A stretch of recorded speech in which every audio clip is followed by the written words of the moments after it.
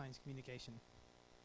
And the first speaker that I'm going to introduce you to without further ado is Anup Das, who's a documentation officer at JNU in India.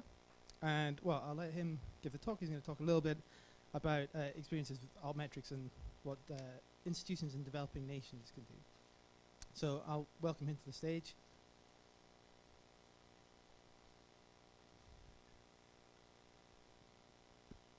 So what we'll do is we'll have sort of 10-15 minute presentations, and then we'll leave 5 minutes for questions at the end. So you'll have an opportunity to ask once Anup is finished.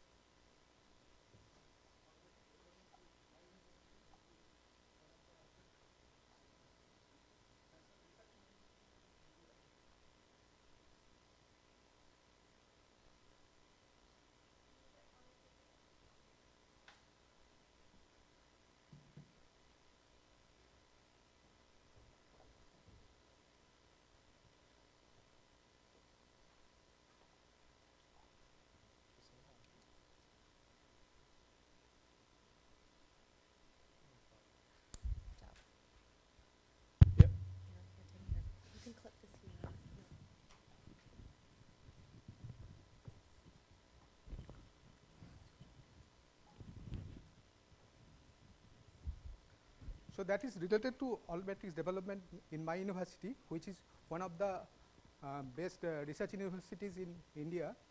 We are talking about different aspects, particularly in the area of social science and international relations. And where my center is related to science policy, and we do research in the area of scientometrics. So my perspective will be what we are doing in the area of Altmetrics development or kind of capacity development for the researchers in my university.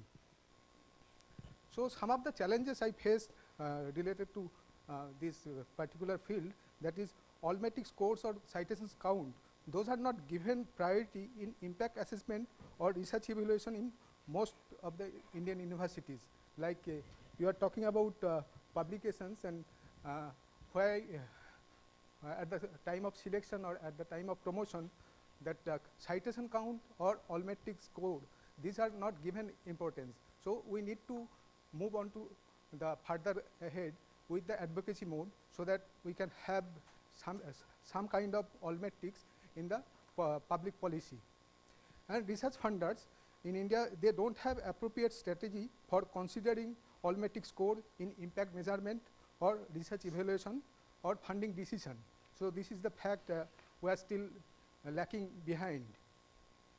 University Grants Commission of India, which is apex body in university system in India, they recently introduced academic performance indicators or API in 2010 for career advancement and promotion, but here also that Altmetrics or related metrics for the researchers or faculty members are missing, and this also not motivating that our researchers for having high Altmetrics score or citation count. And few Indian journals also have taken appropriate initiative to derive Altmetrics score from the journal website. You know that Altmetrics that which are the badges available, not available through our Indian journals.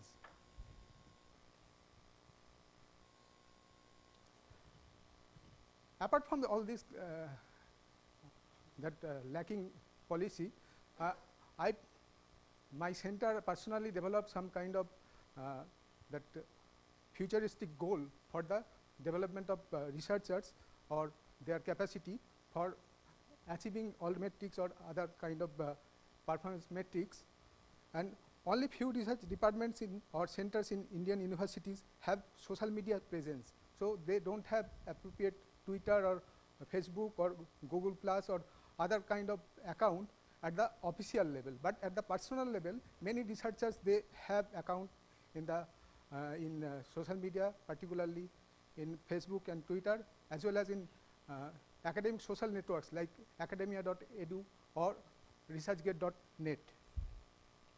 And CSSP or my center, which is Center for Studies in Science Policy, has taken exemplary initiative to promote published works emanated from the center.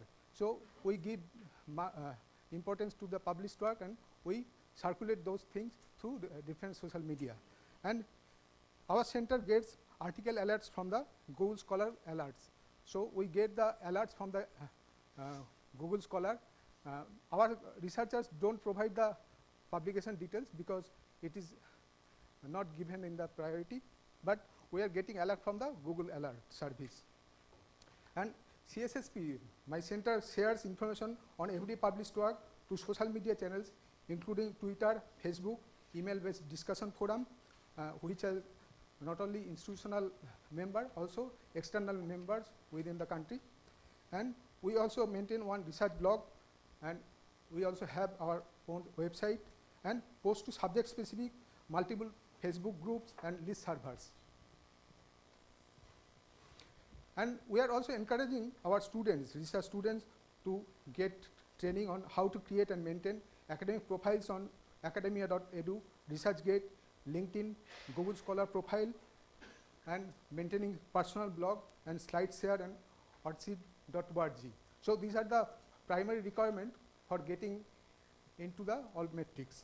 And many of the research students maintain their academic profiles in these sites. So after getting the training or kind of sensitization training, so they are motivating to get into those sites, particularly which are giving that publication profile. And their academic profiles include list of published papers, bibliographic details of and hyperlink of full text contents, including DOI-based mapping. So this is our research blog, which has many followers. I think we have around 200 followers here. And we also maintain one Twitter account which has more than 400 followers, 500 followers. And we also maintain Facebook page, which also has many followers.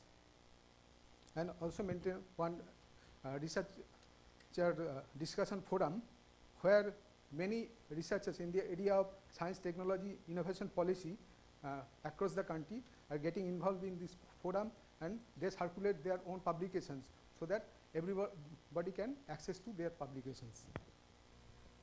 We also maintain one audio archive for the various lectures we organize at the center or at the university, which are mostly memorial lectures or kind of that. And this is the situation in my university. And now I am talking about the Indian university system. So we have about 733 universities recorded in the last month's statistics of UGC University Grant Commission. And out of that, about 46 universities are from central government. And I also belong to central government university. And you know about there is also one directory service which is called Open Door, which is recording that repositories available across the world, and only 66 open access repositories are listed in that particular directory from India. And about 40 repositories are from different Indian universities, and rest are belong to different research institutions which are not part of the university system. And that is about 5.5% Indian universities have open access repositories. So rest, about 95% Indian universities don't have open access repositories or campus-wide accessible repository. That's why our publications which are generating from the university system are not getting cited or getting downloaded by the researchers externally or outside the campus. We also have one particular initiative called Shodh Ganga, which is for the thesis and dissertations, particularly PhD and MPhil thesis and MTech dissertations, and about 44,000 theses and dissertations are available in that particular repository, and my university JNU is one of the top contributing universities which has already contributed about 4,500 theses, full text theses in that particular repository, which is available worldwide, accessible from different platforms. And there is also another repository called Shodh Gangotri, which is research in progress, that is accepted synopsis of PhD students or MPhil students are being uploaded in this particular repository. This is also accessible worldwide, and one can view what are the research in progress. So this is the snapshot of Shodh Ganga, which is thesis repository. Apart from these initiatives, there are certain national level initiatives for making the published work accessible through national repository. One is called Open Access Harvester and Central Platform, which is maintained by Ministry of Science and Technology. You know that only few funding agencies are available in other than science and technology area, and most of the funding agencies are available in the area of science, technology, innovation. So Ministry of Science and Technology, this is the apex body for giving grants to the researchers, particularly for the postdoctoral research and for the research project. And they are maintaining right now some kind of harvester for the harvesting, which are research work taking place in different universities and different research centers across the country, which are funded by the ministry, which are funded by the department under the ministry. One is called DST Science Central. DST is a major funding agency which is called Department of Science and Technology, and they initiated this particular repository, but till today there is no content available, because they just started after the successfully uploading their own open access policy. So this policy has already been accepted very recently, and now they are starting generating open access contents using this particular website. And there is also another funding agency which is called Department of Biotechnology. This is also under Ministry of Science and Technology, and they also started one open access repository, but till today there is no content available in that. In conclusion, I would like to say about that process of research communication strategies in Indian universities are very basic level. There is lack of communication strategies in universities, and published literatures remain unnoticed due to non-availability of dedicated and specialized research communicators in the academic departments. So we don't have that much capacity, but we are trying to develop capacity at the level of researchers, so that they can generate their own research communication content, and they can share their research through different social media, particularly academic research network or social media like Facebook or Twitter, so that they can get kind of Altmetrics score for their own publications. And academic staff members such as research officers, information scientists can be engaged as departmental science communicators and communication strategists for promoting published research to worldwide research communities. like we need to have some kind of advocacy for development of this kind of infrastructure or development of this kind of personnel for the research communication, so that they can, our researchers can have more visibility with the higher Altmetrics score. And there are certain exemplary initiatives that can be scaled up and implemented across the universities and research institutions. I talked about that initiative which has taken place in my department can be upscaled at the university level. So departmental initiative can be upscaled at the my university level, then that can also be upscaled in other universities, so that researchers in other universities can get kind of visibility or kind of research promotion for their published work.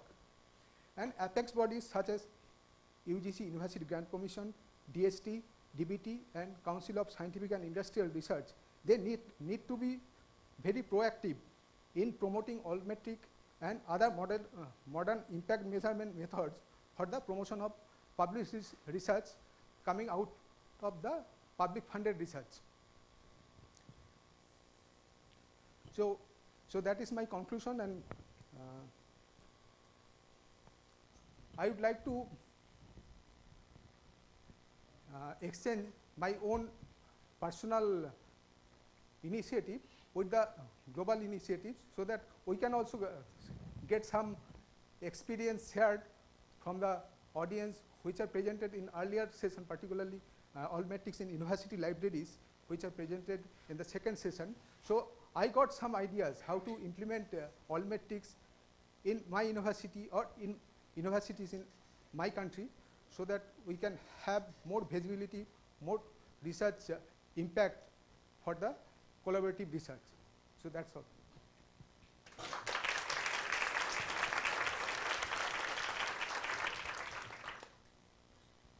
So it turns out I can't count. I thought it was 15 minutes talk and time for questions, but actually we're quite squeezed. We started a bit late as well. So I think what we should actually do is wait and then ask questions at the end.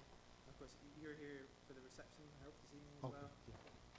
So if you want to speak to the speakers, you know, if you have time at the end of the session, otherwise definitely catch you in the evening. All right, so we're mixing up the schedule a little bit now, just to keep you on your toes. So the next talk has been Lauren and so I think when they submitted the talk, they were both at the stage, but now Lauren is still an associate editor at the stage, and Francis is a marketing manager for scientific data segregation.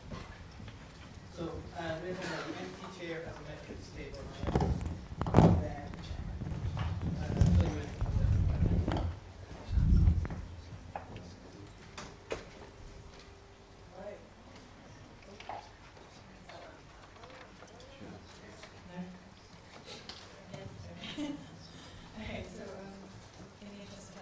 paper as our notes, so bear with us if we fumble at all. Okay, so just quickly to introduce us, my name is Lauren Ashby. I'm an associate editor at Sage. This is my colleague Matthias Assel, who works at Nature as a marketing manager. So we're here in maybe a slightly different capacity to the rest of you, in that we work on a day-to-day basis as publishers, effectively myself in editorial and Matt obviously in marketing. And one of the things really that has kind of brought us here is our experiences on a day-to-day basis working myself with journal editors. And one of the things we do is we meet a lot of the time with editors to talk about the impact of their journals, the success of their journals, and how we can develop that. And often the conversation therein focuses a lot on the question of citations and the impact factor. And while we absolutely agree that that citations of a journal can indicate that there is high quality content published in the journal, we also very strongly disagree, I think, that that is the only indication of high quality content. And part of what we sort of struggle to do is to kind of assuage worries from editors about the success of their journals if they're not getting citations, when actually the case is that the journal may have a great deal of value but in different areas. So for example, practitioner-oriented journals on my list, nursing titles, social work titles, those kinds of things where there is a very different focus in terms of the way that the research is presented. And so really what we're interested in talking about is that lack of awareness of the different kinds of impact that journals specifically, but also other scholarly products have as part of the academic community. And so in a sense, this is a kind of call to arms, I suppose, to create some kind of metric really that can assess in a quantitative way the educational impact of different scholarly outputs.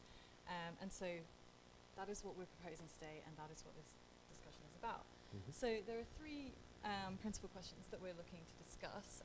Firstly, who are the additional audiences of scholarly outputs other than the researcher, which I guess kind of ties back in with the science outreach conversation that we were having earlier. Secondly, what potential measures exist that we could use to devise such a metric? And finally, what would that actually look like, and why would it be useful? Yes, so who are the audiences of scholarly outputs? Seems like an obvious question. Obviously, researchers are a vital and important audience for the majority of scholarly outputs, but the current focus on research creates a bias in the way that both metrics are devised and which of those outputs are focused on and assessed. We can see that in the kind of development of tools such as Impact Story, the Harsing's Publish or Perish tool, Kudos as well. These are designed specifically to create a narrative around an academic's research, but in no way their educational impact or output. And of course, all the main measures of impact are research citation focused, you know, the impact factor, eigenfactor, H-index, and so forth. And this research focus does extend into the majority of altmetrics as well. And you can see that as well in the discussion, and researchers around altmetrics is very much focused on how it correlates to and contributes to citations. But researchers aren't the only audience for scholarly outputs. Yeah. So what this table kind of attempts to demonstrate is the fact that there are multiple audiences of scholarly outputs, and how those are kind of cross-referenced with, I suppose, an indicative list of the kind of scholarly products that are created. So I've mentioned already practitioners, so medics, pharmaceutical companies, then students, of course, so starting from high school, you know, introducing journal articles, using web resources of universities, those kind of things, through into further education and higher education. And then, of course, teachers who make use of these resources in order to develop their own curriculums. So this table really kind of attempts to cross-reference that and demonstrate the fact that, at least this is the kind of perception that we get working in publishing, that so journals really kind of used by the entire spectrum. Everybody uses academic journals, but then there are certain outputs, such as textbooks, which really focus more on the practitioner side of things, or, you know, are useful for students. And I think it's kind of worth mentioning this because, for example, in the UK at least, a textbook doesn't count for the research excellence framework, so to the extent that it doesn't contain new research. And so that is to some extent discounted in terms of your work as a scholar. So just kind of trying to build the awareness there, really, of the different audiences of these different outputs. Yeah, so I mean, through those slides we kind of broadly see what the audiences are and the range of different scholarly outputs there are. So moving on to what potential measures of educational impact currently exist. In our research for this, we found that there was actually a very limited body of literature around educational impact, and I mean, hardly any indexed in the main academic databases. The vast majority of what was indexed was about kind of specific techniques or schooling strategies, not about the kind of broader impact of scholarly outputs or other kinds of outputs. So therefore we changed our approach to look at potential sources that could represent educational impact, and the research that had been done into them, although that was usually with a research citation focus. I think special mention, before I go on to the next point, has to be made of the work that Mike Thelwall has done in this area, looking at kind of somewhat irregular sources of impact, such as online syllabi, academic presentations, dissertations, theses, and a number of others. So we'll discuss a couple of them, a couple of potential sources for measuring educational impact now. And a big one would be online syllabi and reading lists. If a scholarly output is included on a reading list, then it's definitely going to have an educational impact. Students are going to engage with it. It's adding to the learning environment of those students. Thelwall and Kosher did a study in 2008 looking at if dissertations and theses could be a kind of viable source of research citations. And they actually came to the conclusion that the online syllabus citations were actually much more useful as an evidence of educational value rather perhaps than research value. This research is actually 2008, 7 years old, and it's now much more of a standard for universities to make their syllabi available online, and therefore a much more viable place to garner information about educational impact. Yeah, so touching briefly on how that kind of information has been used, there's a particular study by Natalie Homer and other authors which basically sought to cross-reference the syllabuses of 158 psychology undergraduate courses against the American Psychological Association's guidelines for the undergraduate psychology course. And what they found was that there was kind of an inconsistency in the way that these guidelines were delivered. So the guidelines having been set out in the first place to try and increase consistency, I guess, in the way that such courses are taught and the kind of skills that are taught, which is important for the graduate workforce that you therefore produce. And so thinking about how those guidelines were delivered and finding that inconsistency gives you an indication of the way that providing this information could help to build the skills into the courses that you are looking to create, if that makes sense. So moving on, another kind of key source really, which I think a number of people have touched upon, is usage information, which is obviously very important in library decision making. And historically, publisher usage information, of which we have enormous amounts, has been kind of historically quite proprietary and hasn't been shared. But that is starting to change. So Elsevier now show it on their Science Direct platform, plus obviously Nature and other publishers kind of following suit to introduce that information, which therefore means it's available for a much larger audience to use. And again, in the usage front, obviously the libraries themselves have a lot of information which potentially could be shared a little bit more widely in order to create that kind of global awareness and sharing of information as to what is being used and is useful. Mm-hmm. There's obviously a number of other sources. This list isn't exhaustive in any kind of way, but do give an indication of areas in which we could understand educational impact. I mean, just a couple counting of URLs, that would be when a source is linked to from an educational domain, sites and academic presentations. So there are a variety of sources that could be used, and there's more beyond this, to understand the educational impact of scholarly outputs. So what would an educational metric look like, and how might it actually be used? So what we kind of propose is to blend the techniques that have sort of been used by other commercial Altmetrics providers in order to gather information about outputs usage, but to actually build that as an open informational tool to be of use to a lot of different audiences for different purposes. And without kind of going into too much detail about our vision, I suppose what we are thinking is that we wouldn't try and score or weight the educational value of different outputs, but rather to create information about it's sort of a number, really, like simply a count of where things are used, and similar to the way that Plum does it. So as to support qualitative decision making by creating like a holistic understanding of all of the different ways in which pieces are being used. Yeah. And this could potentially have a number of benefits. I mean, it could allow for greater awareness and credit to those academics that create more educationally impactful outputs, and those outputs that are having an educational impact that is not being recognized by the current metrics that we have. It would create a greater awareness of what outputs are being used globally within an educational framework.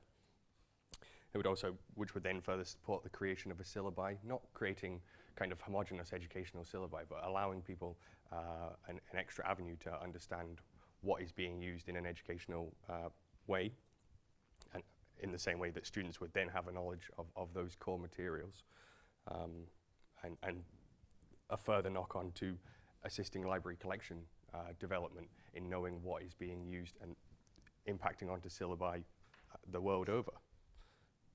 So, right, yes. So I think in conclusion, I mean, there's much more that could be said about educational impact and the divide that it's made, but there's currently no educational focus in metrics. There's very little, there's a limited amount of research into the educational impact of scholarly outputs, and therefore we propose that it would be beneficial to have a quantitative measure of the educational impact of outputs for use in qualitative assessments. Thank you for listening.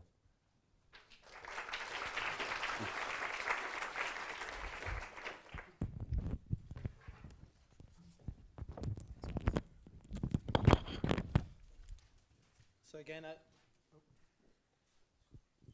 hi.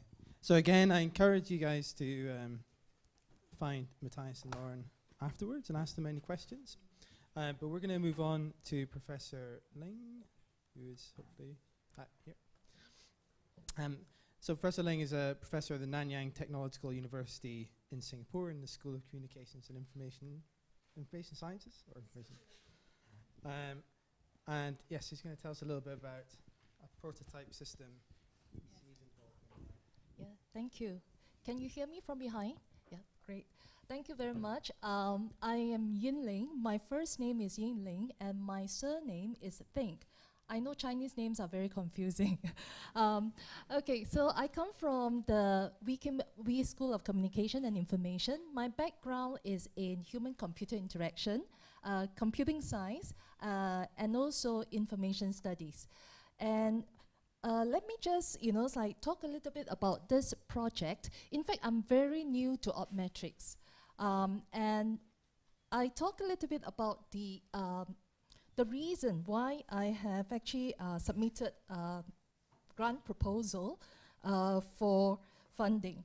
Now, this project has been funded by the National Science Foundation, which is actually equivalent to the National Science Foundation in Singapore. And what is the motivation behind this grant? This grant call is really on measuring research impact of researchers. So when I found out about this call, we are also a little bit concerned. Reason is because, researchers like ourselves will have to therefore be able to measure research impact. What does that really mean, right? When it comes to Altmetrics, and increasingly more and more work has been pointing to Altmetrics. And as a researcher, and also I've been involved in, promotion and tenure process, and I know that it's extremely difficult for faculty to begin to actually look at the research profile, especially through, looking at the impact of their research. So Bibliometrics gave us problems, and if I don't know Altmetrics, it will be even more difficult to begin to actually look at how we put up cases for promotion and tenure. So that was actually my motivation, because I don't know about Altmetrics, and therefore, we really wanted to find out about Altmetrics and begin to understand the pros and cons. And I'm very glad that, we are able to come for this conference. In fact, with me is Moji sitting at the back.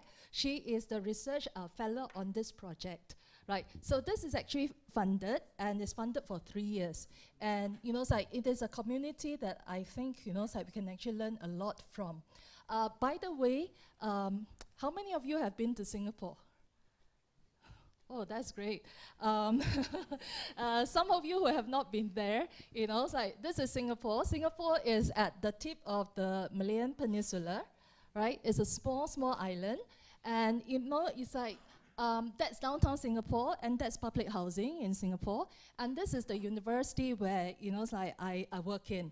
And you are all welcome to come to Singapore and to the university, right? Now, as I've mentioned, there have been a lot of challenges. In fact, when we were looking at this, as researchers myself, and many of our colleagues, we are very nervous on journal impact factors. And we understand that, people looking at numbers and begin to actually say that, oh, you are a good researcher, you are not a good researcher. And that affects our careers. That affects, how the university will actually look into promotion and tenure. So, so this whole idea about, journal research impact, although there is awareness that we should not be focusing just on journal impact factors, it is still a very, very important metric that we have to actually work with. And I'm glad that people are coming out to say that, that's not the only metric, there could be a lot more. So when we actually heard about, this whole thing about what then can we actually use to measure researchers' impact, what is the big question? It's not just the impact factor of journal. There should be actually new ways of measuring research impact. And when I found out about this whole, body of research on Altmetrics, I become very interested because it is not just about one number that talks about the researcher's impact.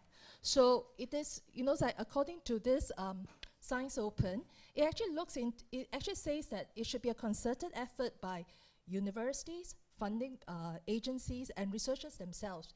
And this is actually an understanding of how do we actually view the impact of a researcher.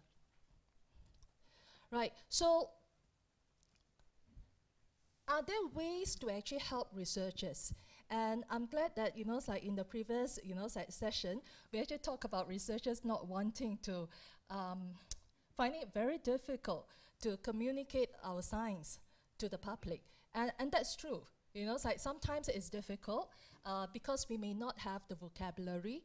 We could be actually so, obsessed with our own terminologies that nobody could understand what we say.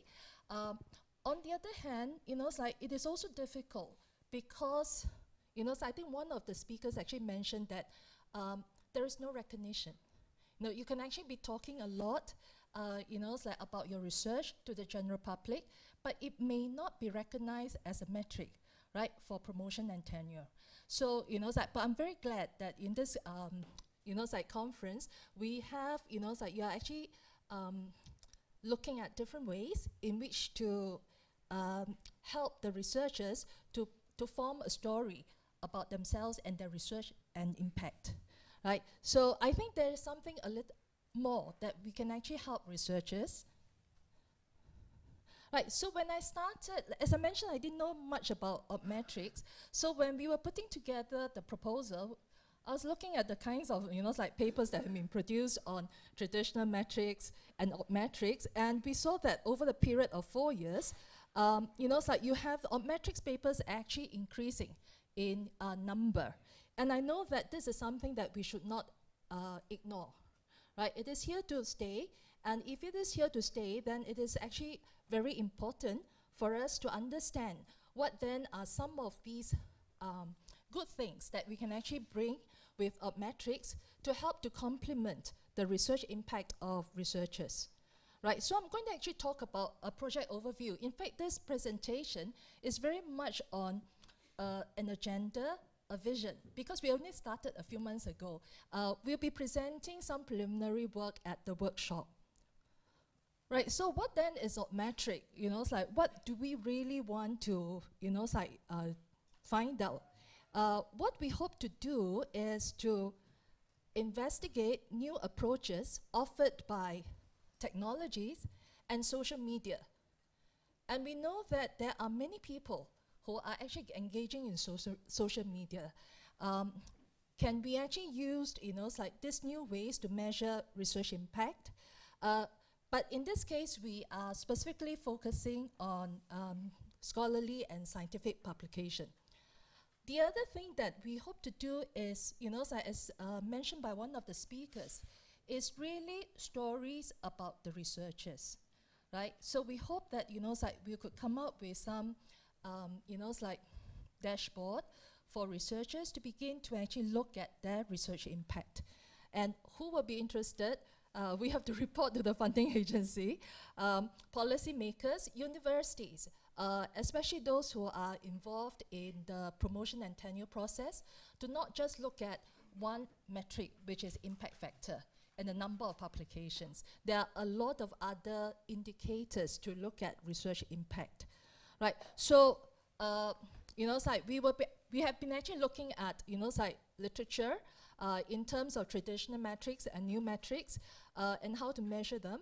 We have actually come up with a framework, and we are setting a set of hypotheses, right, to actually look at cross-metric validation.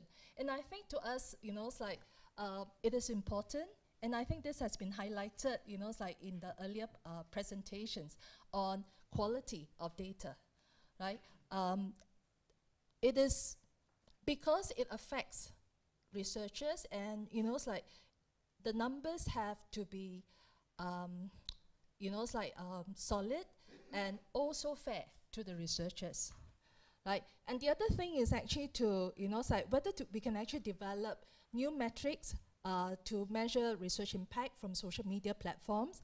And we have so many different examples here, and we can actually learn a lot from you. However, there have been some difficulty, as we actually work on the project for, the past several months. It's not so easy to get data, right? Some of the APIs are not open, and it is, it is tremendously difficult to help to actually do comparative, metric validation, right? The other thing that we hope to do is this whole concept of, are the metrics a one-size-fits-all for all disciplines? And it is not. Like, my background is in computing science. I'm actually in the School of Communication and Information, which is classified as social science within our university. And it's like, when we actually look at impact, right, of a researcher from the different disciplines, it is quite different. It's like you have, it's like computer scientists who can be publishing, it's like 15, 16 journals a year. For a social scientist, it is very difficult. For a humanity researcher, it's even, it's like more difficult. And then we have colleagues from creative arts, right? How are we going to measure their impact? So I think this is actually very much motivated by the fact that, it's like you have different disciplines, and, it's like using just impact factor or even Altmetrics to measure, it's like the impact of researchers in the different disciplines can be flawed. The other thing is that we also have colleagues who are very much into innovation and commercialization. It's like, how do we then, it's like measure their impact? It's like they could have newspapers reporting their work, it's like, but what is reach and what is impact? So, it's like in this whole project, we would like to actually look at the list of Altmetrics, both from traditional and new Altmetrics, and to look at it across the different disciplines, and also look into cross-metric validation. One of the things that we hope to do, in fact, we are starting to look at the, like a scenario generation of this prototype, which is a tool that we hope to give to the researcher, right? This is how, like a researcher can actually help to manage their research impact. And of course, it's actually about publication and, like training and so on, right? When we were looking at this project, we realized that we can't do this alone. In fact, this is a multidisciplinary team. And, it's like, as I mentioned, it's not easy to get data. It's like, so it is very, very important that we have the, it's like the library, the university library, they are involved in the project, as well as our research office, because they generate statistics of the researchers in the university. We also have, like industry partners. The university library and the research office have been engaging with Mendeley and Elsevier.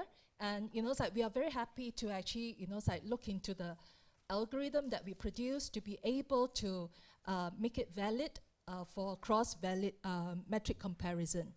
We also have an external advisor from UBC, but most importantly, I think within the team, we have computer scientists who will be looking at algorithms to calculate impact from social media, and myself and another colleague from information studies to look at bibliometrics, traditional metrics, and see how it's like these metrics could also be flawed, but then we actually have been it's like using them, it's like, and how can these be compared to the new metrics, which is in Altmetrics.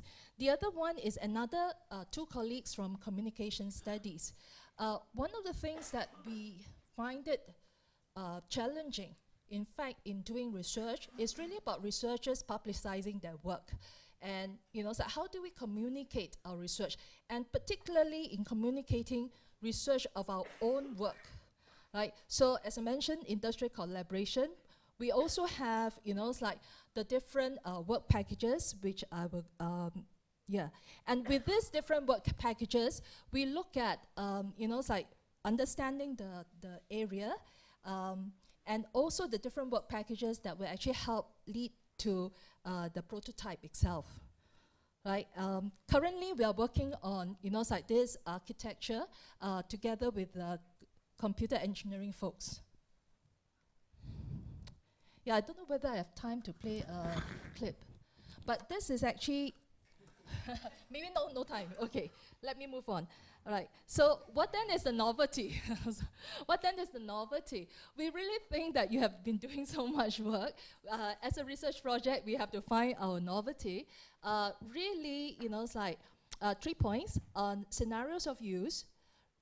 Who then will be actually using the prototype that we are developing, and really taking a multidisciplinary approach to understanding, it's like what will be actually useful from the findings that we do. The other one is cross-metric validation. We really hope that we can actually do something where we can actually compare the traditional metrics and the metrics of the researchers and help the researchers to actually know their impact and begin to actually manage their impact. Then this is actually the framework. So this is actually really a summary of what the project is all about, right? But as I was actually listening, in fact, the last 2 slides have been prepared, on the fly when I was listening to the different talks. Thank you so much for, these ideas. This is actually a story about the blind man and the elephant. And I think that, this is a great conference for us to begin to understand, come together, and begin to have a big picture, right? It is not, different person, looking at metrics or metrics, bibliometrics from different perspectives, but really coming up with a holistic understanding of a research impact, and that involves multidisciplinary and interdisciplinary efforts required. Now, and I really like about this, because when I came here, it was very much on, helping researchers, but I think with the discussion, we really talk about stories of faculty and researchers and their impact, and it is really a matter of bread and butter for many of our colleagues and researchers. It is for P&T, it is for their CVs. We also talk increasingly the funding agencies in Singapore. They have been actually stressing a lot on societal and economic impact. Even for our research, we have to actually show that kind of impact because this is taxpayers' money, right? But on the other hand, there is a lot of work to be done to recognize this kind of efforts, because currently it is not so well recognized, and I think Altmetrics can actually help. So to me, I think Altmetrics research is great, but it's also about good and responsible science, right? If you actually calculate the output well and is fair to the different disciplines, then it's actually very good. And it's also helping researchers to form a story about their research, to know how to communicate their research to not only the university, the funding agencies, as well as to the public. Right, so this is the end of my presentation. Thank you very much.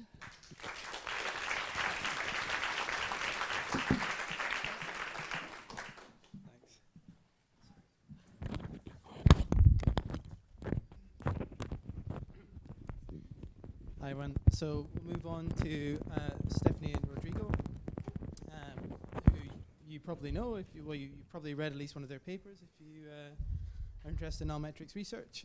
And they're going to talk about citation theory, I believe, and how it applies to Altmetrics. So, okay, so Stephanie has that one. I will have this one. Okay, thank you very much, Yuan. So, yeah, indeed, this will be a duo presentation between Stephanie and myself. And what we want to present and discuss with you today is something relatively new compared to what we usually do. There's more empirical work, collecting data, trying to guess what the indicators mean, what all this data can tell us. I have a more conceptual discussion. And what we would like is to have a conceptual discussion in the, well, let's say, in the framework of citation theory. So, Altmetrics have been many times compared to citations. There are discussions on how Altmetrics are different from citations. But today we would like to have a view on this debate from a more theoretical perspective. So, considering the theories that have been used for citations. So let's start from the beginning. So we have seen how Altmetrics are booming. So research is increasing. And basically, the interest on Altmetrics is bigger because there is, on the one hand, a technological push. So more sources, more social media tools, more APIs, more data available that can be studied, that can be analyzed in order to understand how scientific publications are being mentioned and discussed. On the other hand, we also have the policy pool. So research managers, research evaluators, funders are interested in grasping and understanding other types of impacts of research outputs. So how science is having an impact on society, on an economy, on education, etc. And then is when Altmetrics enter into play. But something that we have to keep in mind regarding Altmetrics is their strong heterogeneity.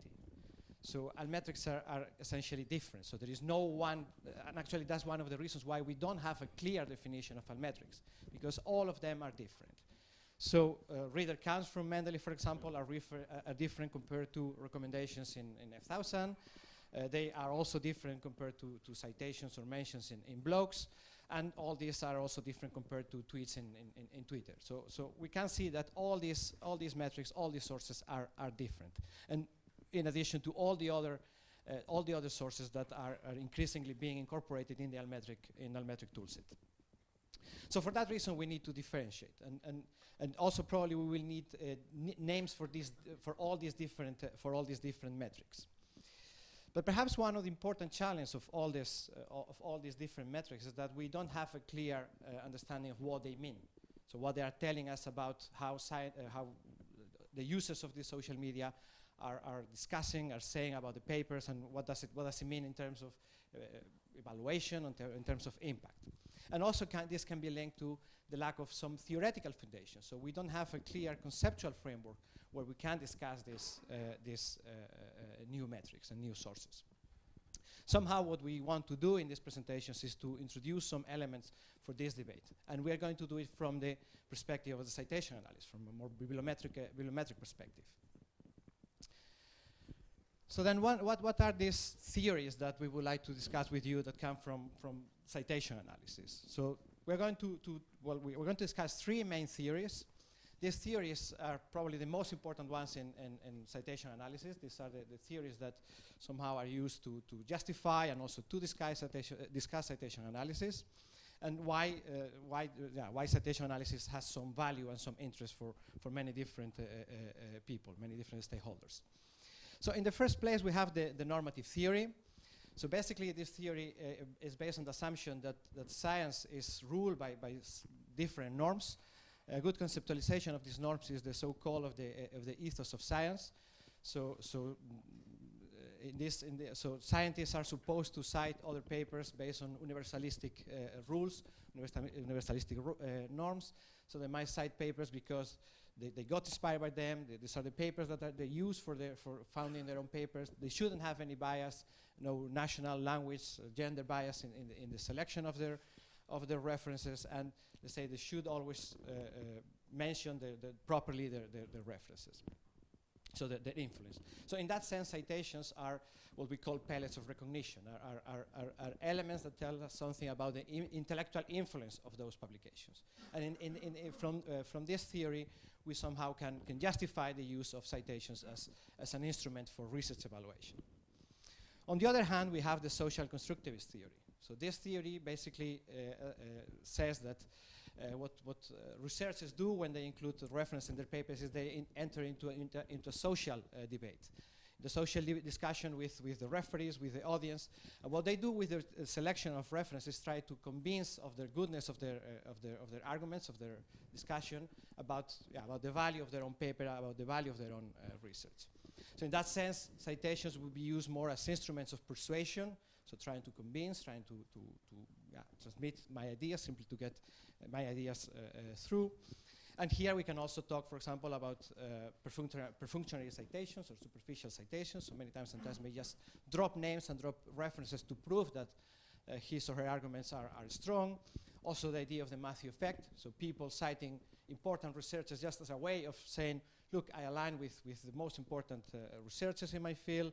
And of course, here we could also mention the negative citations, among many other elements that would challenge this idea of citations as universalistic, disinterestedness, and organized skepticism that are related to this ethos of science. And the third theory has to do with what's called the concept symbols. So basically, citations are considered as concepts that are linked to documents. So the author, what he's making is actually a connection between ideas or concepts that are contained in the cited document. So then, based on this, it's possible to somehow extract the network behind these connections. And in a way, this is the theory that explains why filtering tools or maps of science based on citations normally make sense. Because these maps are based on the connections made by the authors when they link papers through citations. So for example, this is the idea that if I read a paper that is interesting for me, probably in the references I will find other papers that are also interesting for me. And here is where you can see these conceptual connections between ideas and references. Well, basically the two first theories are relevant for research evaluation. So these are the theories that discuss or support the use of citations in research evaluation. And concept symbols are the theory that supports the use of citation analysis for content analysis or for science mapping. And well, now. Yeah, so what we want to do right now, so we introduced you to those citation theories, and some of you might have heard about them. They explain how citations can be used, and we want to apply them to the different altmetrics. So actually, we just picked 4 examples because we don't have much time, but we want to show you how they apply or don't apply these theories. So if we go back to the normative theory, so that researchers behave according to norms and they actually cite what influences them. Let's look at F1000. So does that apply or not apply? Do people that recommend and rate something on F1000 act according to those rules? And actually, if you look at F1000, it's defined as the faculty, so those reviewers are world's leading scientists. So first of all, the people who are doing that are scientists, and they are supposed to behave according to those rules or norms. And also, F1000 says that reviewers must sign a statement to indicate that they have been selected this article just due to the scientific merit. And that's basically exactly what the universalism rule says. So basically, yes, applies pretty well. Also, because we know these are scientists, right? They should behave according to those rules. If we look at Mendeley, normative approach would apply because we already know, due to a survey by Esa Mohammadi, that mostly researchers that save something to Mendeley, they use it to cite it later. So it's a pre-citation context, so probably it applies. Also, there's no persuading someone else because nobody can see what you added to your Mendeley results, right? So that is actually showing you don't have to convince anyone that you are smart in reading this, you're just doing this for your own good. But we also know from that survey that not all papers that people add to Mendeley are read. So there's no merit, you don't know, you haven't read it, you just added it. So actually, not so much. If we look at blogs, and the normative theory, we actually know that blogs are similar to scientific papers in terms of, first of all, there's space to make an argument. You cite references that influence you to make a point and so on. So yes, it could apply. And there are also some platforms, for example, researchblogging.com. They actually have the blog authors sign statements like that they should have understood the paper, they should have thought about it, so it's due to the content that you cite. But we also have the very uncontrolled and open nature of blogs, and there might be a lot of other things that influence people to cite something on a blog, and also to not cite different things. If we look at Twitter, well, first of all, we only have 140 characters, so that there's not much room to cite something and show how it's influenced you. We also know about the most cited papers that there's, most tweeted papers, that there's a lot of humor and entertaining in tweeting a paper, right? We have this famous, one of the most cited papers about penile fracture. We have different things. You all know the crappy Garber paper, right? So this is not due to the scientific merit that these have been tweeted a lot, but due to reasons because people found it funny. Also, we know that journals or other platforms use Twitter as a diffusion, so there has not been any influence if you just tweet the whole table of content of your journal. Also, we know there are a lot of different user groups that don't care about scientific norms, right? Just random people that tweet. If we look at the social constructivist point of view, on Twitter, actually, it applies quite heavily. So we have the Matthew effect that applies in two kinds of ways. One is internally on Twitter itself. So Twitter has some functions that actually reinforce that those papers or any other tweets that got a lot of tweets already will be retweeted more, right? Because they're spread. So that's the whole point of the Matthew effect. If you already have a lot of credit, you get more. That is also shown by the extremely skewed distribution. So the number of tweets per papers is actually more skewed than with citations. And we also have the Matthew effect externally. So we know that a lot of high impact journals, for example, that have already a lot of credit, like Science and Nature, do also get more tweets than other journals. For blogs, we know that persuasion, to tell someone to make a point in a blog and show them your statement is right, is one of the fundamental things. So it's a driving force behind that. So there could actually be like, I'm citing this to prove my point, and I'm not citing something else because it would improve my point, could apply. And also we know the Matthew effect applies because the selection of papers focuses heavily on high impact journals. To look at Mendeley, we know also that high impact journals are very popular in Mendeley. But again, there's this anonymous, what I said before, anonymous nature. You don't see who did what, so you don't have to persuade anyone. Although this applies to Mendeley, it might be different for other tools. So if on Zotero or a site you like, you actually see this person save this to their library, you might persuade someone, right? F1000, we know about the Matthew effect already. Everything about peer review applies. And we also know that what is against the persuasion is that the recommendation is actually linked to the person. So you see who made that recommendation and why they cited that paper.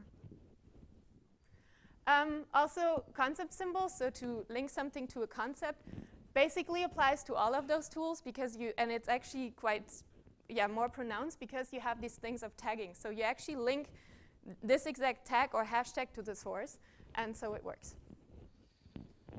Okay, so just to wrap up, so basically what we have seen is that according to the normative approach, the normative theory, we could say that F1000 has relatively high applicability.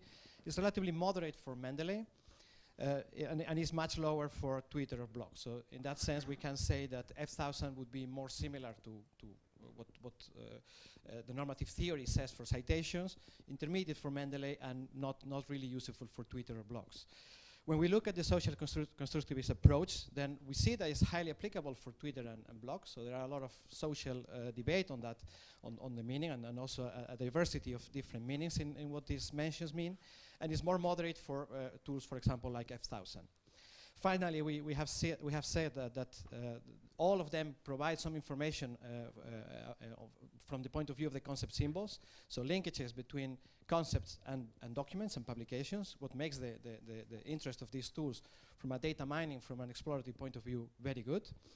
And well, in a way, what this theoretical analysis highlights is also this heterogeneity of all these different acts. We can see clearly how all these different events, all these different metrics are different from each other. So just a little bit of outlook. So if we want to look into research evaluation, then we can think that Mendeley or F1000 have a higher applicability. We cannot really say that it's an applicability, a direct applicability from Twitter.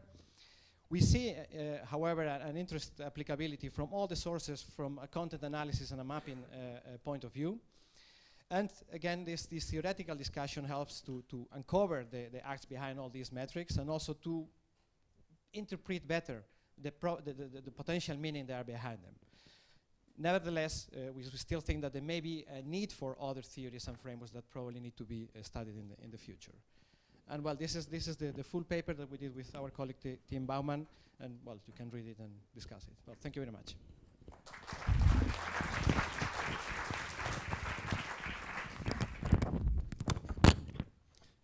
Thanks, guys. So our final speaker in this session will be Juan Pablo Alperin. So Juan is assistant professor at Simon Fraser University in Vancouver. He's also a collaborator at the Public Knowledge Project.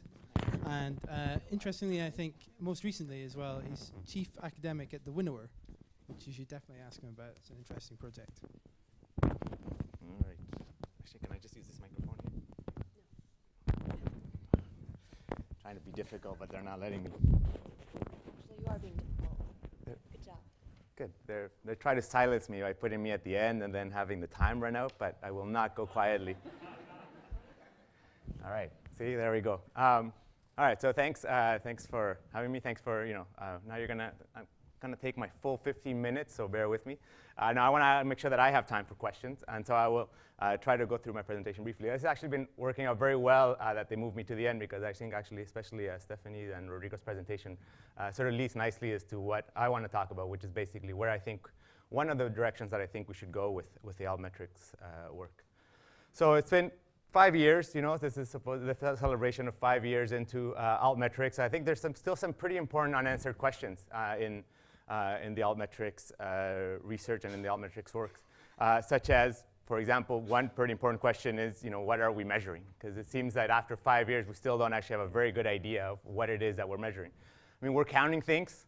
We looked at all kinds of correlations about what these things that we're counting, how they relate to one another and how they relate to citations and so on.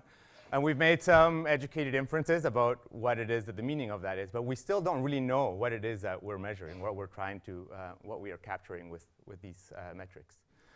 We mostly know this, right? Is that Altmetrics are not citations, right? So we looked at, all of the studies that have looked at these correlations have told us that their correlations between the two are weak, and so positive but weak, and so we know that they're not the same. And I don't want to detract from this work, so I've been tweeting about this as well, that I think this is very important work that we needed to do to understand the fact that they're not the same, because it could have turned out that they were measuring the same thing.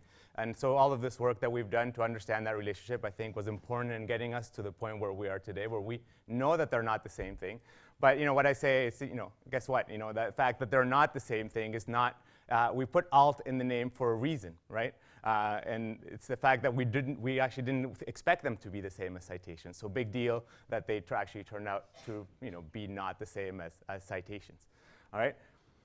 For me, the point, and I know that everyone has a different purpose of why they're interested in looking at Altmetrics, and so I want to talk about the evolution that I want to see in Altmetrics is because this is to advance what for me has always been the point of Altmetrics, which is to reward engagement with different communities. Right? So if you've heard my work, if you've seen what I've worked on before related to Altmetrics, and you've heard me talk, you probably know me as the person that's always complaining about sort of the inequalities in global science and the silenced voices of Latin American scholars. And for me, one of the points of Altmetrics is to give the opportunity for actually engaging with different communities. But this is not just about engaging with Latin American scholars or scholars from the developing world, but also just involving different people in the conversation. This means having conversations about science with the public, with people working in NGOs, with people working from universities that we didn't have any previous contact with, people that aren't in our immediate sphere of influence. It's just about being able to have conversations with these people and reward having conversations with a more diverse set of communities, whether it be communities within communities within academia or communities beyond academia, right? And for me, then what it means is that Altmetrics needs to get us to the point where we start to understand who is actually engaging with the research, who's reading, understanding our audience. And so who is it that's participating in the discussions around scholarly work, bless you? Is it just academics talking with one another? Is the work reaching new audiences? And we need to figure out how to get these metrics to tell us these things. What are the audiences? Are they different? Are they changing, right? And who's that person that's having so much fun talking about research? So I think we need to know a lot of things about the people that are engaging with the research.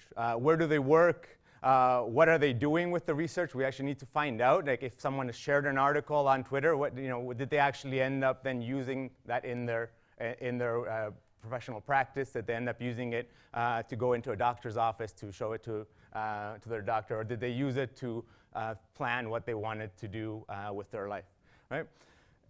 What did they think that asking someone that has shared an article on research, what was the impact that they saw that work had on their life? Did it have impact beyond how it affected them personally? Do they feel that article that they reached through social media had an impact then on society because of how they used that work? And all sorts of other social demographics around the people that are engaging with the work.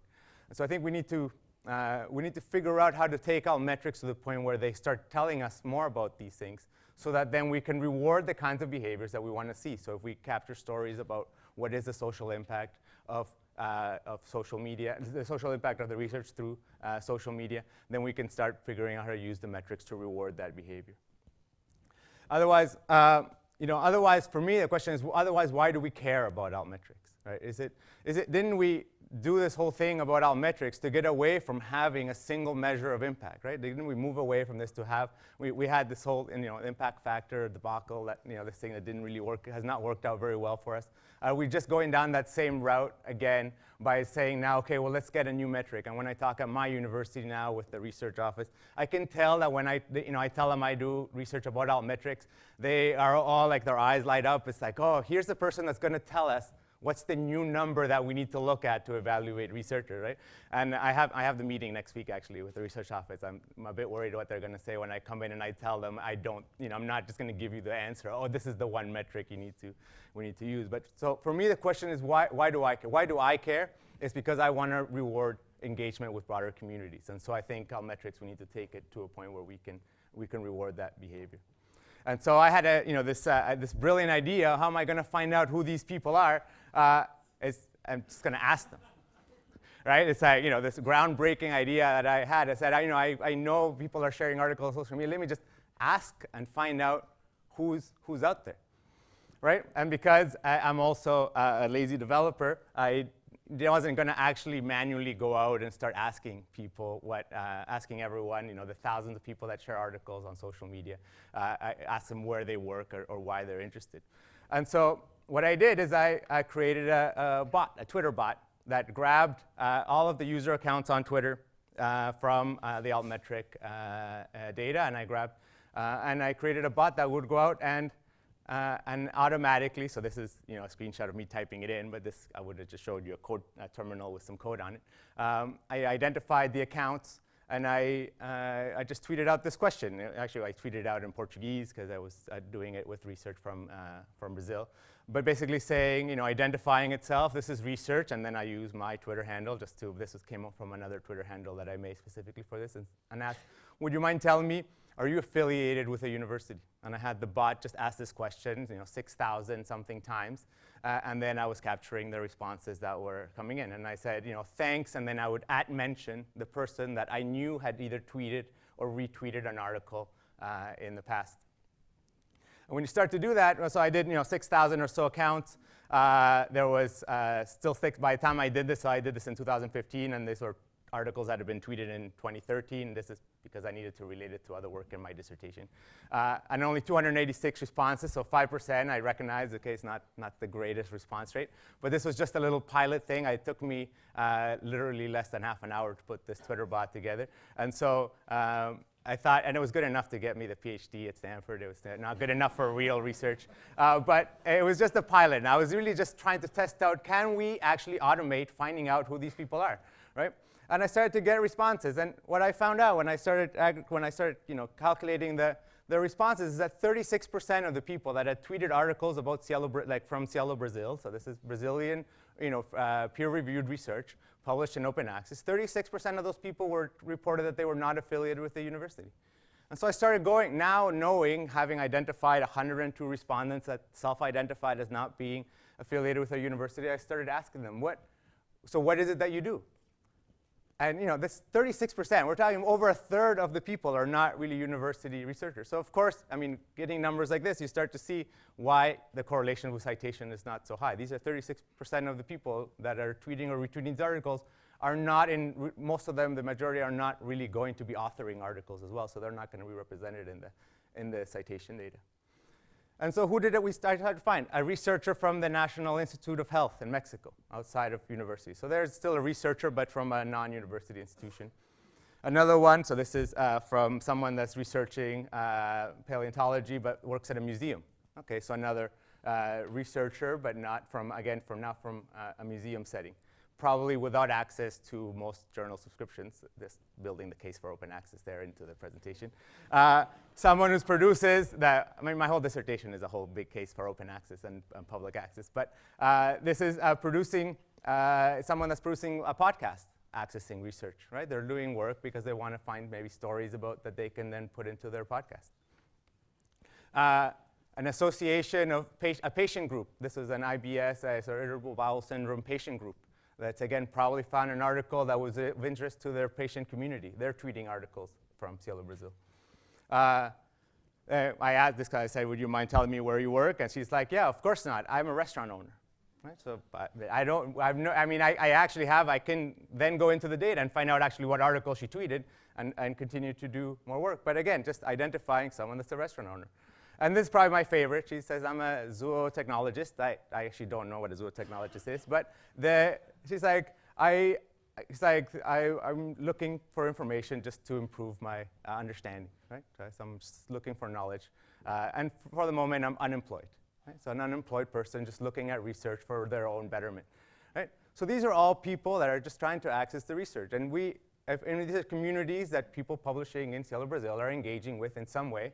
And Altmetrics gives us the opportunity, I think the opportunity social media gives us is to actually be able to link engagement with research with user accounts, right? And when we can identify individuals, and we need to evolve Altmetrics to take advantage of that opportunity. The point, I guess, of this whole thing is just to say that the numbers, I think, are not enough. Altmetrics needs to evolve, and needs to evolve to the point where we're engaging the happy people that are just out there and working with research. And we need to figure out a way of doing that, and that's part of the work where I'm trying to do now is figure out what are some automated ways that we could start doing this at scale, or at least be able to collect enough data and do enough research so that we start understanding what it is and who it is that we're engaging with. Thank you.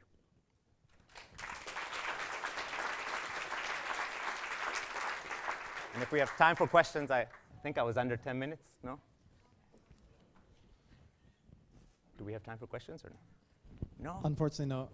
No, we could schedule some time on the train back to Amsterdam in the science park. Okay. Seriously, if anyone does want to speak to any of the panelists, unfortunately we don't have time for questions now, but in the reception, track them down.